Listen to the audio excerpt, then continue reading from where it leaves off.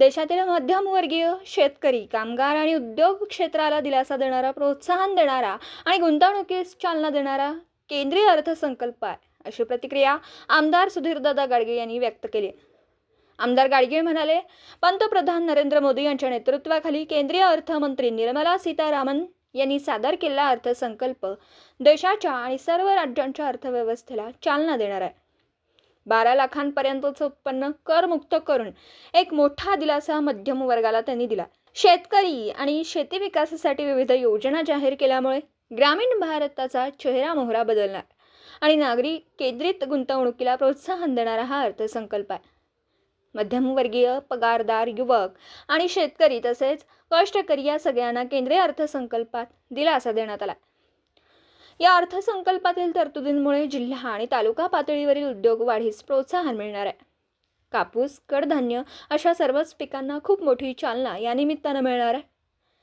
आमदार गाडगीळ म्हणाले, प्राप्तिकराची मर्यादा वाढवल्याने तो पैसा अर्थव्यवस्थेत येईल, त्यामुळे मागणी वाढेल. करपात्र उत्पन्नाची मर्यादा 7 वरून 12 लाख करणं हा निर्णय ऐतिहासिक आहे.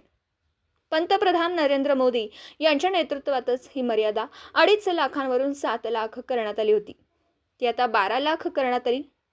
हा प्रवास निश्चितच भारतीय अर्थव्यवस्थेसाठी परिणामकारक आहे. यातून मध्यमवर्गीय, पगारदार, युवक यांना मोठा दिलासा मिळणार आहे. एका मोठ्या वर्गाच्या हाती उत्पन्नाचा मोठा वाटा राहणार आहे, ज्यामुळे बाजारपेठात चैतन्य निर्माण होईल. खरेदी वाढेल, मागणी वाढेल, उत्पादन वाढेल, रोजगार वाढेल. यातून अर्थव्यवस्था आणखी बळकट होण्यास मदत होईल. ते म्हणाले, या अर्थसंकल्पात कृषी क्षेत्रासाठीही महत्त्वपूर्ण घोषणा केल्यात. देशातील 100 जिल्ह्यांसाठी विशेष प्रोत्साहन योजना, तेलबिया उत्पादनाला प्रोत्साहन, यात 100% माल खरेदीचे धोरण. यामुळे शेतकऱ्यांसाठी एक मोठी सुविधा उपलब्ध झाली आहे. युवा उद्योजकांसाठी MSME क्षेत्र महत्त्वाचं आहे. त्यांच्यासाठी कर्ज मर्यादा आणि वारंवारतेचा निकष वाढविण्याचा निर्णय महत्त्वपूर्ण आहे. स्टार्टअपसाठी 20 कोटी रुपयांची कर्ज मर्यादा वाढविण्याचा निर्णय रोजगार वाढीला चालना देणार आहे.